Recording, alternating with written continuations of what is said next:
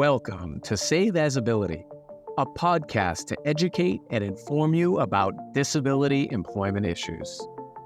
My name is David D'Arcangelo, and I'm your disability policy expert. Hey everybody, welcome back for another episode of Save As Ability. It's great to be with you. David D'Arcangelo, another episode. If you can help us continue to grow our channel, share. I'm starting with share because that really helps the most. Share, like, subscribe, comment, all of that does help us keep great content flowing for you. And today we have a guest. We have a great guest. It's Jim Wice, legend of the disability community in the Massachusetts area. Jim, welcome in. David, thanks so much for having me. And I always thought I was a legend in my own mind, but if I'm a legend any other way, then all good, man, all good. Well, you've done so many great things. Today, I think we're going to focus in a little bit, though, on recreation programs. And I know you're into like power soccer, but there's other things going on as well that we can talk about, because I really think that like so many of the programs and services directed at people with disabilities, it's like recreation is almost like an afterthought. Like there's a good amount that is done when people with disabilities are children and kids and they're in school in that environment. There's some good recreation programs. But once that concludes, that really is not that much. And, certainly not like the amount there is for people without disabilities. Like, you drive by on any summer afternoon and there's the softball fields filled with people playing and, all kinds of activities, running groups and everything else. But then for people with disabilities, there really isn't a lot. So what you've done over the years for power soccer and some other activities is really, to me, a great thing and much needed. So fill me in. Tell us what we can express to our audience here. Yeah, primarily through Boston Self-Help Center. And I should disclose that I'm a quadriplegic. So I guess the term now they use tetraplegic, but I'm an old timer. So it's hard to get those new words in there, but, and I in particular was looking for something that I could do. And so about 14 years ago, discovered this power soccer where you play in a power wheelchair, 4-on-4 in a gymnasium. And like you're saying, there may be some adaptive sports, but not enough for lots of different parts of the population. So I had said, and I tell this story that, if we build it, they will come. And, we had lots of players come. We've got 2 teams now. And we're at a point where we're also now looking at what else can we do? So we are looking at doing some bowling. The bowling alleys already have the rails, and the ramps. We're looking at doing bocce. We have some folks who do something called urban hiking. That's basically walking around the city, but with an end goal of maybe, having something social, food, wine, beer, whatever it is, maybe some target shooting. But getting out there, moving around, being recreational. And I gotta say that I have noticed over the years of the folks who have come through come through our programs, they get a lot out of it. And family and friends will say, I won't use names, but so-and-so, was kind of shy. They weren't much of a leader, but now this, power soccer or what we've done other events where we've exposed people to other sports. Oh, wow, this is fantastic. I think what we'd also like to get into is, that most integrated setting that they talk about in the laws. Sure. How about having integrated bowling? Doesn't have to be just folks with disabilities, right? I remember going to one of the sled hockey games, and they had a person there who was not a person with a disability, but was a former hockey player trying to play. And I remember seeing like, wait a minute, this guy played in the AHL, like he was a high level hockey player. And here he is struggling at sled hockey. And like the people who are people with disabilities are like skating circles around this guy because it's a different thing. Sure. And the same is true, I think, right? We've seen like wheelchair basketball, like regular basketball or typical basketball players Yep. without disabilities try to play it, and they can't hang with the guys in the chairs that have been playing it all along. But there are, there seems to be opportunities where some of the sports, like bowling, right? I mean, someone who, if you want to use the term able-bodied, whatever you want to use, you know, competing against me, but I've got the ramp, we could either be on the same team, we could be competing against each other, but those relationships go far. I mean, I've noticed we have a lot of volunteers that come out from Northeastern and from MGH, and I guess they're now called MGB, Mass General Brigham, you know, and those relationships, I think, go far. But how about making them not supportive, but hey, we're on the same level field. And again, you were talking about seeing people playing on the playgrounds and all. That was my intent all along is, can you go and do a pickup game?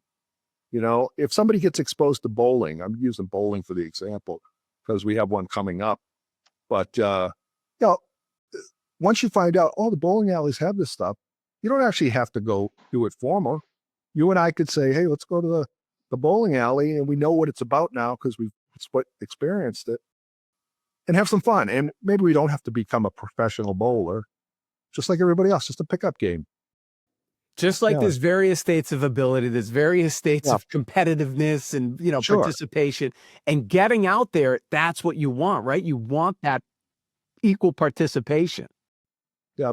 And to have some fun, right? And to, maybe you're going to meet somebody with different experiences or interests, and, Right. and they're going to meet somebody who's different, and, go from there. Well, I mean, it's a lot of absolutely. You fun. mentioned you mentioned you have 2 teams. Talk a little bit about that because I know there's like a regional league, there's a national league, there's a whole thing there, and some of those games get audiences. They do. I mean, it's a lot of fun. And when you see these things, it's amazing. The chairs are like they're on steroids. Yes. They're fast, they're quick. You play on a basketball court indoors, so it's comfortable. In New England, we have about 8 teams competing. Boston Self-Help Center currently has 2 teams, the Boston Breakers, Brakers, and they've been going for, that's the team I started up with. And now we have the Commonwealth Cruisers, and there's 4 different conferences. We have kind of a top tier conference team, the Breakers, and then kind of more of a beginners or entry level. I don't want to say beginners, but entry level. Well, And you're hopefully being we're going to humble have there. Give everybody a little bit of a background of the recreational programs that you've helped put together through major organizations that you've been a part of. So actually, for the most part, my career has been in higher ed and disability services.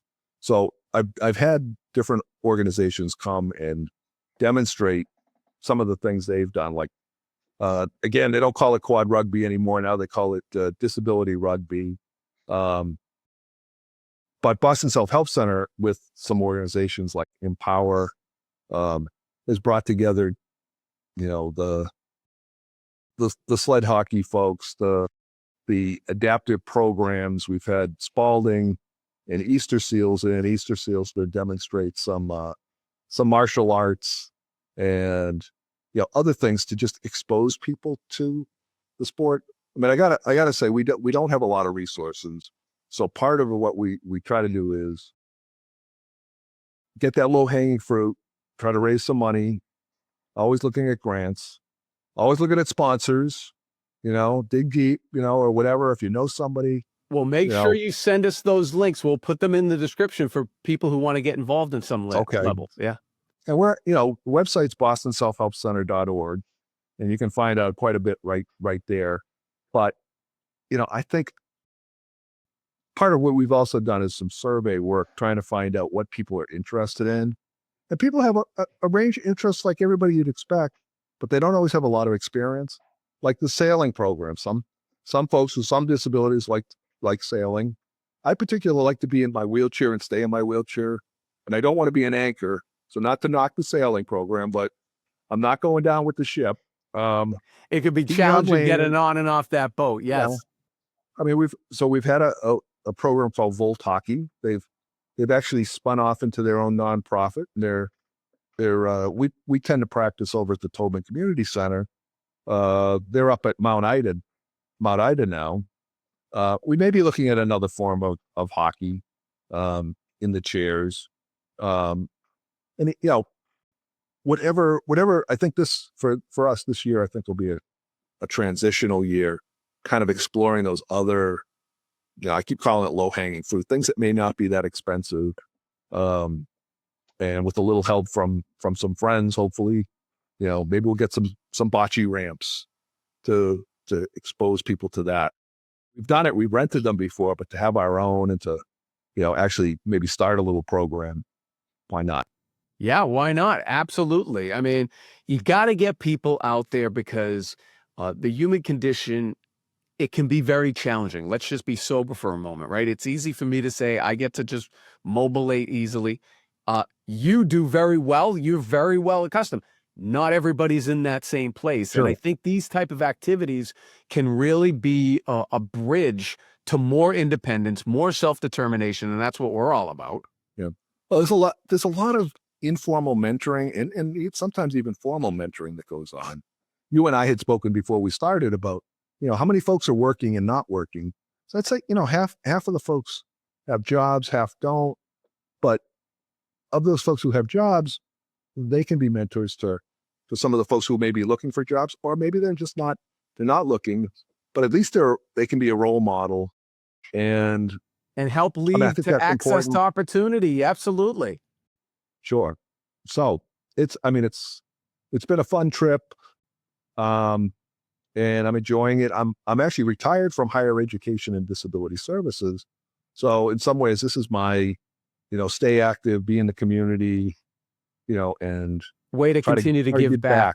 Yeah, that's Yeah, good. And use your exactly. expertise. Well, as we begin to conclude here, Jim, tell everybody who's listening and watching how they can get involved with all these activities. Well, definitely people can, I'll share my email address. It's kind of like my name, JJWICE at gmail.com. Let me make sure I get it right. And we'll put Or that go in the to our description. website, bostonselfhelpcenter.org. We're always looking for people. We never turn anybody away. If people are interested in soccer, great. If they're interested in exploring something else, this is the time to bring up the issue, not so much the issue, but what they'd like to do.